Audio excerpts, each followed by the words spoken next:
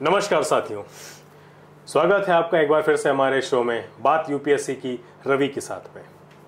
साथियों, हमने अक्सर बात करी है यूपीएससी सिविल सर्विसेज की और उस एग्ज़ाम में क्या होता है, क्या करना चाहिए और क्या नहीं करना चाहिए ताकि अपना नाम फाइनलिस्ट में देख सकें। लेकिन आज साथियों हम बात करेंगे स्टेट सिविल सर्विसेज एग्ज़ाम की। जी हाँ, जिसे पीसीएस एग्ज़ाम के तौर पर भी जाना सुना जाता है।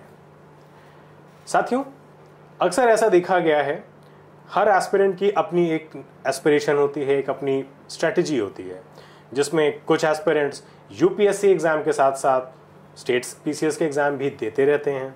कुछ एस्पिरेंट्स ऐसे होते हैं जो स्टेट पीसीएस के एग्ज़ाम को ही प्रेफरेंस देते हैं पहले। उनका ऐसा मानना होता है कि पहले हम इसमें सेलेक्ट हो जाएं, फिर हम अपग्रेड करने के लिए यूपीएससी का एग्ज़ाम देंगे। और कुछ एस्पिरेंट्स ऐसे भी होते हैं जो ये देखते हैं कि जब यूपीएससी के सारे अटेम्प्ट्स ख़त्म हो जाते हैं और उसमें सफलता नहीं मिलती है तो उसके बाद में स्टेट पीसीएस का रुख करते हैं। तीनों ही स्ट्रैटेजीज़ अपनी जगह से ही है और उनकी अपनी टर्म्स एंड कंडीशंस होती हैं। लेकिन आज हमारे खास मेहमान जो हमारे साथ जुड़ रहे हैं वो खुद इस बार उत्तराखंड पीसीएस 2022 के सेलेक्टेड ऑफिसर रहे हैं और currently as a district information officer यानी जिला सूचना अधिकारी के तौर पे पदस्थ हैं। साथियों, आइए स्वागत करते हैं हमारे मेहमान का। स्वागत है योगेश पोखरियाल जी हमारे शो में बात यूपीएससी की रवि के साथ में। नमस्ते सर, और धन्यवाद आपका बहुत बहुत। बहुत बहुत मुबारक हो आपके इस सिलेक्शन में। योगेश जी, मैं चाहूँगा कि आप हमारे दर्शकों को अपने बारे में संक्षेप में थोड़ा सा विस्तार से बताएं। मेरा नाम योगेश पोखरियाल है। मैं जिला अल्मोड़ा से बिलोंग करता हूँ। हम लोग वर्तमान में देहरादून में रहते हैं। मेरी स्कूलिंग गढ़वाल से ही हुई है और मेरा जो ग्रेजुएशन है वो देहरादून से ही हुआ है, SGRR PG college. Sir, graduation करने के बाद मुझे जर्नलिज्म में इंटरेस्ट था तो मैंने जर्नलिज्म किया। उस समय सोचा भी नहीं था कि कभी सिविल सर्विसेज की तैयारी करेंगे। तो PG करने के बाद मैंने इंटर्नशिप करी, कुछ महीने जॉब भी करी, लेकिन फिर समझ आया कि वो क्षेत्र शायद मेरे लिए नहीं है। फिर उसके बाद मैंने अलग अलग चीज़ें ट्राई करी, मार्केटिंग करी, पॉली हाउस फार्मिंग करी, लेकिन फिर 2016 का प्रीलिम्स आया तो मैंने 2016 का प्रीलिम्स दिया और लकीली उस साल करंट अफेयर्स के प्रश्न ज़्यादा थे तो मेरे ठीक ठाक मार्क्स आए। तो मुझे लगा कि मुझे अब तैयारी कर लेनी चाहिए। मैं 25 वर्ष का हो चुका था और तैयारी शायद शुरू करने के लिए काफ़ी देर हो गई थी, क्योंकि जो लोग आज भी तैयारी कर रहे हैं वो कोई 18 साल का है, कोई 19 साल का है। जी। उस उम्र में तो लोग छोड़ देते हैं। तो मैंने भी जब घर में बात करी तो फैमिली ने कहा कि यहीं तैयारी कर लो, दिल्ली क्यों जाओगे। तो फिर मैंने थोड़ा बहुत संघर्ष वहाँ पे भी किया, लेकिन बाद में परिवार का काफ़ी सपोर्ट रहा। फिर मैं दिल्ली आया और 2-4 अटैम्प्ट मैंने यहाँ दिए। तो जब 4 अटैम्प्ट हो गए थे तो उसके बीच में मैंने हिमाचल पीसीएस का भी दिया था, वहाँ भी मेंस में 2 नंबर से रह गया था जी। उसके बाद मैंने सोचा कि 2 अटैम्प्ट रहे हैं, शायद मेरी हो सकता है इतनी अच्छी तैयारी ना हो। उम्र भी बढ़ती जा रही थी, 30 साल का हो गया था मैं, तो धीरे धीरे कुछ तो करना ही था। तो 2021 में उत्तराखंड पीसीएस का फॉर्म आया और मैंने वो फॉर्म भरा। लोअर और अपर दोनों आया था उस साल जी। तो उसका मेंस हुआ, फिर उसका इंटरव्यू हुआ और अभी 2024 में ही लोअर का रिज़ल्ट आया था, उसमें भी 1 नंबर से रह गया था। और लेकिन अपर का रिज़ल्ट आया तो फाइनली लिस्ट में नाम था और मैं आप लोगों के सामने हूँ। डेस्टिनी ने कुछ और सोच रखा था शायद, इसीलिए आपका 1 और 2 नंबर से रह जाता था, लेकिन अंततः सब सीनियर सबऑर्डिनेट सर्विसेज में या अपर सबऑर्डिनेट सर्विसेज में आपको फाइनली सिलेक्शन मिला। बहुत बहुत मुबारक हो। धन्यवाद सर। योगेश जी, जैसे आपने 25 वर्ष की उम्र के बाद इस तैयारी को शुरू किया और आज के दौर में देखा जाए तो सभी एस्पिरेंट और साथ ही साथ पेरेंट्स को इन्फॉर्मेशन है, सोर्सेज ऑफ इन्फॉर्मेशन बहुत है और आप खुद सूचना अधिकारी हैं।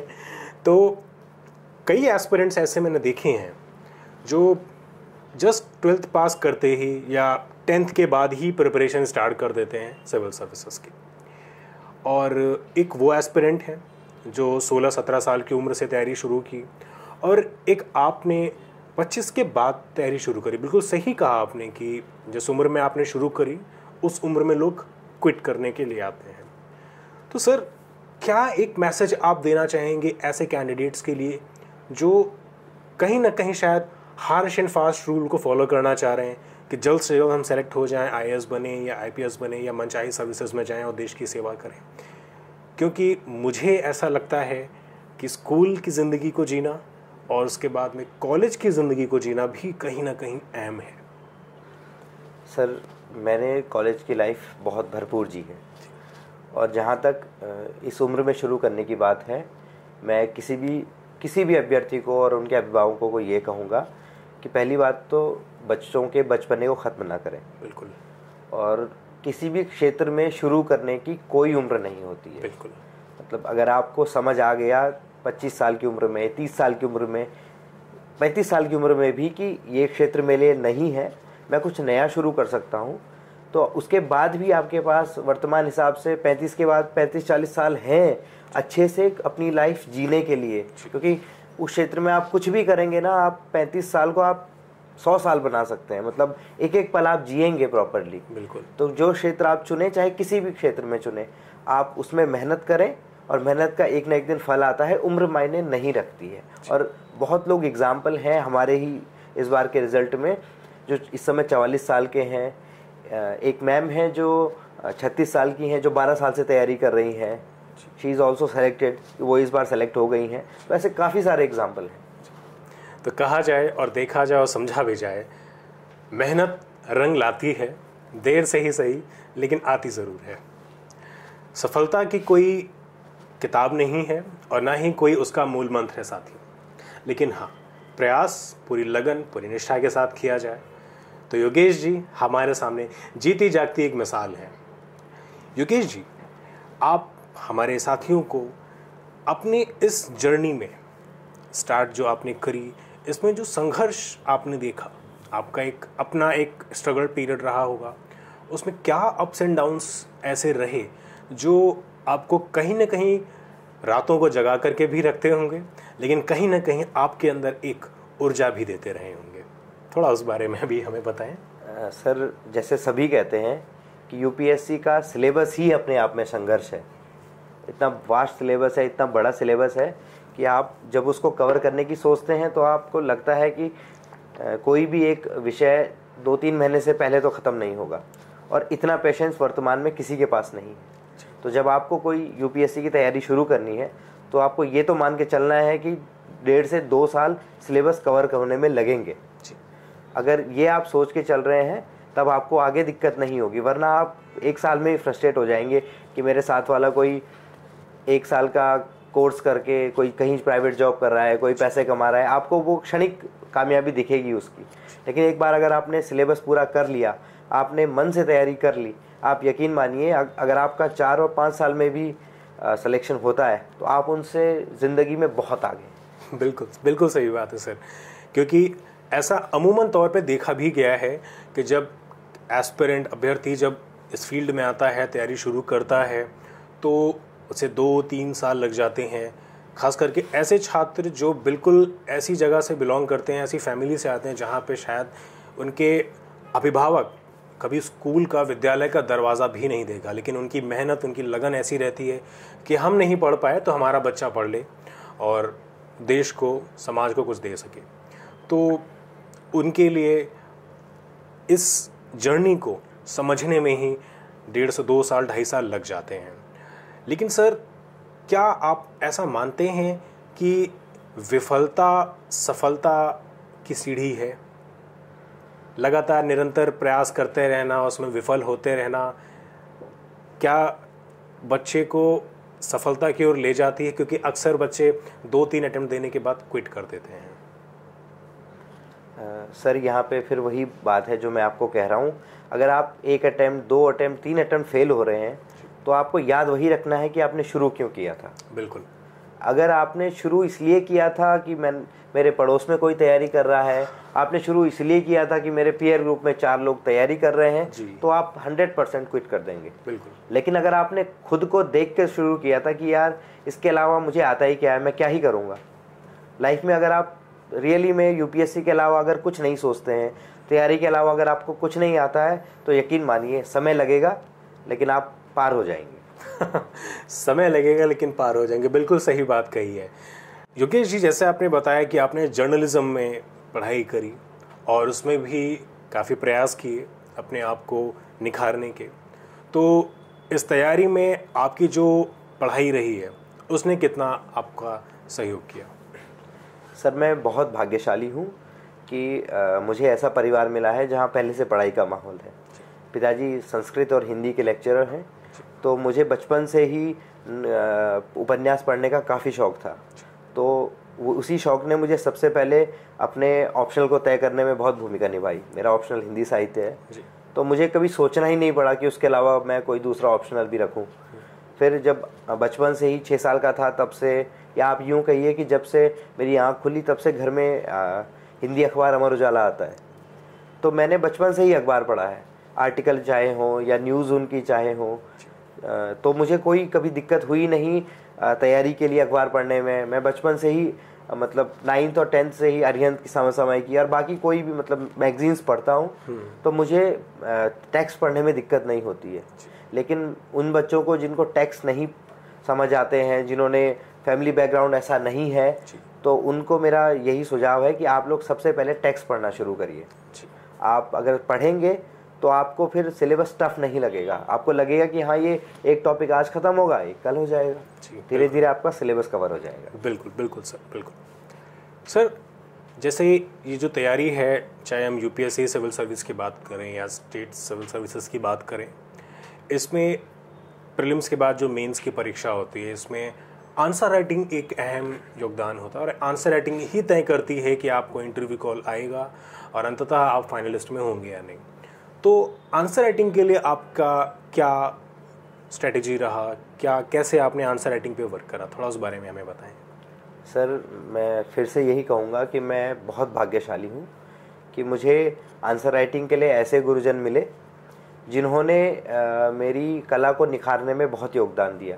मैं यही कहूँगा कि आंसर राइटिंग एक प्रोसेस है, वो रातों रात नहीं है कि आपको आ जाएगा। हम लोग क्या गलती करते हैं, हम लोग कोई भी हम प्रीलिम्स की तैयारी पहले करते हैं, तो हमारा प्रीलिम्स मान लीजिए 1 साल में नहीं निकला तो हम अगले साल फिर प्रीलिम्स पढ़ते हैं। लेकिन अगर अगले साल प्रीलिम्स निकल गया तो फिर हमारा मेंस खाली रह जाता है। तो मेरा सबको यही सुझाव है कि पहले अपना मेंस तैयार कीजिए, ताकि जिस बार आपका प्रीलिम्स हो जाए फिर आपका सिलेक्शन ही हो, आप रुके ना उसके बाद।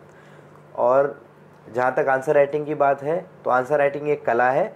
आपको अगर अच्छे गुरुजन मिल जाते हैं तो बहुत अच्छी बात है, लेकिन अगर आप उतने लकी नहीं हैं या आपके पास आर्थिक समस्याएं हैं, तो आपको एक ऐसा पीयर ग्रुप तो बनाना पड़ेगा अपने यार दोस्तों का, ताकि आपको उनके साथ बात करने में, ताकि आपको उनको अपने आंसर चेक कराने में, उनके आंसर पढ़ने में, और आजकल तो इंटरनेट पे सब मिल जाता है। बिल्कुल। आप किसी भी टॉपर की कॉपी पढ़ सकते हैं, कहीं से भी मंगवा सकते हैं। इतना बड़ा सर्किल है इंटरनेट पे, टेलीग्राम पे या यूट्यूब पे, आप किसी से पर्सनली बात भी करेंगे, कॉल करेंगे, तो कोई टॉपर आपको मिलने से मना नहीं करेगा। और आजकल ये सबसे अच्छी बात है कि लोग बहुत हेल्पफुल हो गए। बिल्कुल बिल्कुल। आज के इस कॉम्पिटिटिव दौर में जो कैंडिडेट सेलेक्ट हो रहे हैं, आपकी ही बात क्यों ना कर ली जाए। जैसे आप सेलेक्टेड हैं और इतने हम्बल हैं आप, क्योंकि मैं आपको पर्सनली भी जानता हूं, तो जिस तरह से आप बच्चों के साथ इंटरेक्ट करते हैं, बिल्कुल ऐसा लगता ही नहीं कि आप एक ऑफिसर हैं।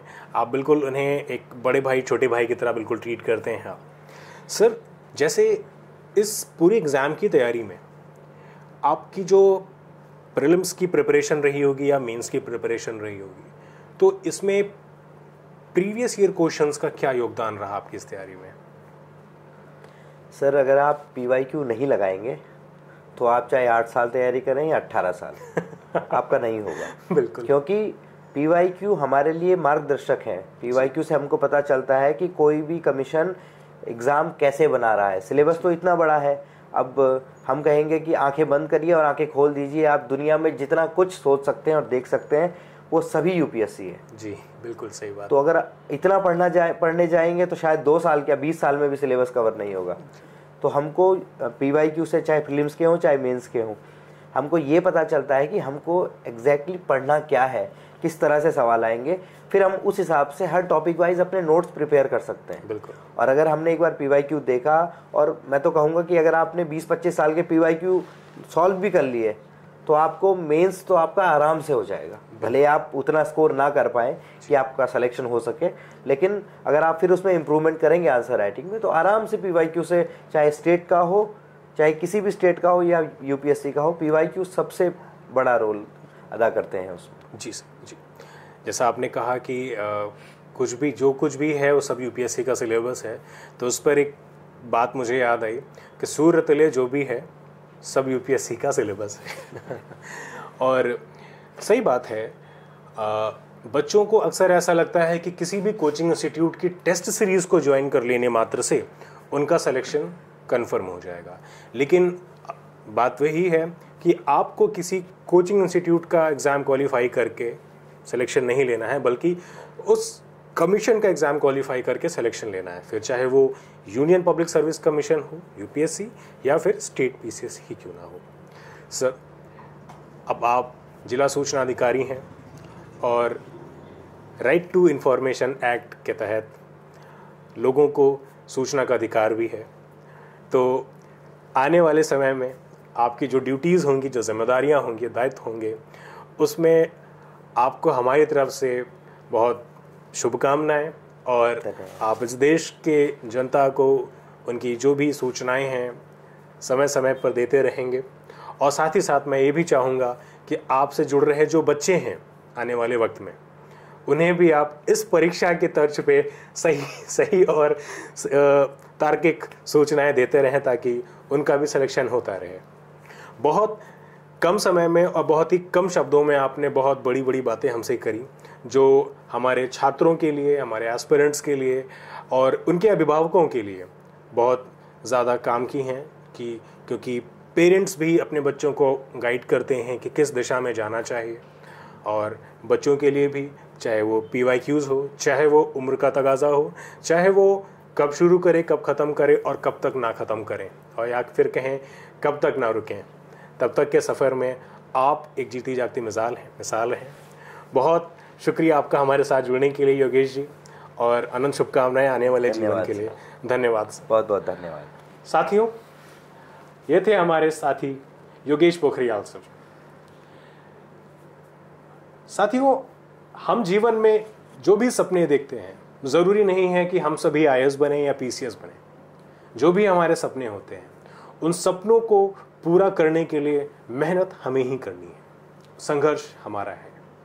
जब सपने हमारे हैं तो उन्हें पूरा करने की जिम्मेदारी भी हमारी ही है, ना ही हमारे माता पिता हैं और ना ही हमारे कोई दोस्त व्यवहार है। गुरु भी हमें बनना है और शिष्य भी हमें बनना है। जैसा कि गौतम बुद्ध जी कहते हैं, अपदीप भव। उसी प्रकार अपने सपनों को पूरा करने के लिए यदि आपके अंदर एक दीप प्रज्वलित रहेगा, तो आपको मार्गदर्शन दिखाने वाले, आपको सही रास्ता दिखाने वाले कृष्ण हर रूप में आते रहेंगे। इसी के साथ अलविदा लेना चाहूँगा। मिलूंगा अगले एपिसोड में। तब तक के लिए नमस्कार, जय हिंद।